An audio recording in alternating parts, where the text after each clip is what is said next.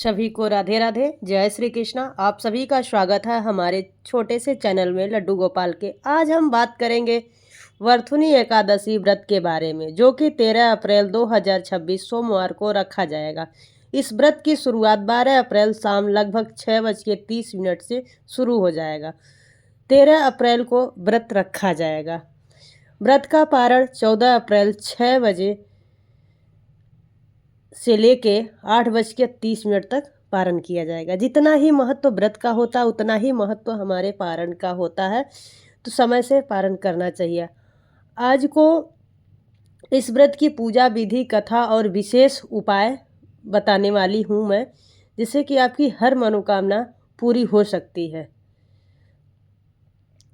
अब हम आपको वरथुनी एकादशी पावन व्रत कथा सुनाएंगे।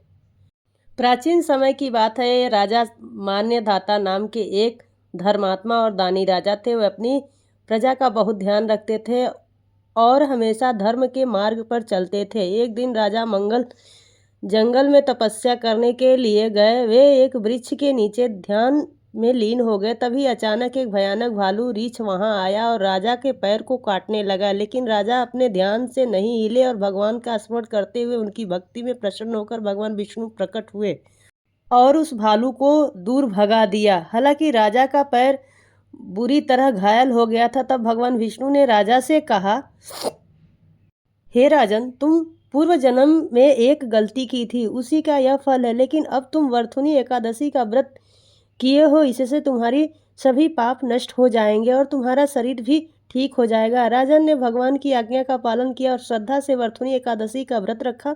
व्रत के प्रभाव से उनके शरीर का पूर्ण रूप से स्वस्थ हो गया और उन्हें पहले से और अधिक तेज और वैभव प्राप्त हुआ। वरथुनी कथा कुछ इस प्रकार है। समाप्त हो गई। राधे राधे। जय श्री कृष्णा। अब हम बात करेंगे वरथुनी के दिन क्या दान करें। वरथुनी एकादशी का महत्व का। इस व्रत में सभी पाप नष्ट हो जाते हैं, दुर्भाग्य दूर होते, सुख समृद्धि और सौभाग्य की प्राप्ति होती है, मोक्ष का मार्ग खुलता है। वरथुनी एकादशी के घर में सुख समृद्धि, धन की वृद्धि होती है, जीवन में बाधाएं और कष्ट कम होते हैं, भगवान विष्णु की कृपा होती है। वैशाख मास की एकादशी है। वैशाख मास भगवान श्री कृष्ण को अति प्रिय है।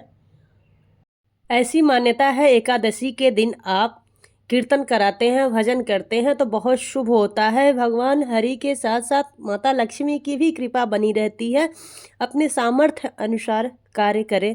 इस दिन विष्णु सहस्त्र नाम का पाठ करें, बहुत ही फलदायी होता है, बहुत शुभ फल मिलता है। और व्रत अवश्य करें। इस दिन दीपदान करें। तुलसी की पूजा आज सोमवार के दिन पड़ रहा है एकादशी, तो तुलसी की पूजा की जाएगी। जल नहीं दिया जाएगा। शाम के टाइम तुलसी माँ को घी का दीपक जलाएं। घर में लक्ष्मी का वास होता है। तुलसी माता को जल चढ़ाने से 11 परिक्रमा करने से पापों का नष्ट होता है, पुण्य मिलता है। लेकिन एकादशी है तो जल भी नहीं चढ़ाया जाएगा। गरीब या जरूरतमंद को चावल का दान करें, आटे का दान करें, इससे धन की कमी दूर होती है। चावल शिवलिंग पे भी नहीं चढ़ाया जाएगा। एकादशी के दिन खाया भी नहीं जाएगा, दान किया जा सकता है। इस दिन मिट्टी के घड़े में जल भरकर दान करें। गर्मी का समय है, यह दान बहुत फलदायी माना जाता है। केले, खीरा, ककड़ी का दान करने से स्वास्थ्य और सुख मिलता है। ओम नमो भगवते वासुदेवाय मंत्र का जाप करने से मन शांत होता है, भगवान श्री हरि की कृपा प्राप्त होती है। इस दिन क्या ना करें। इस दिन चावल का सेवन ना करें। क्रोध, झूठ और गलत कार्य से दूर रहे। किसी का अपमान न करें। तामसी भोजन से बचे। ब्रह्मचर्य का पालन करें।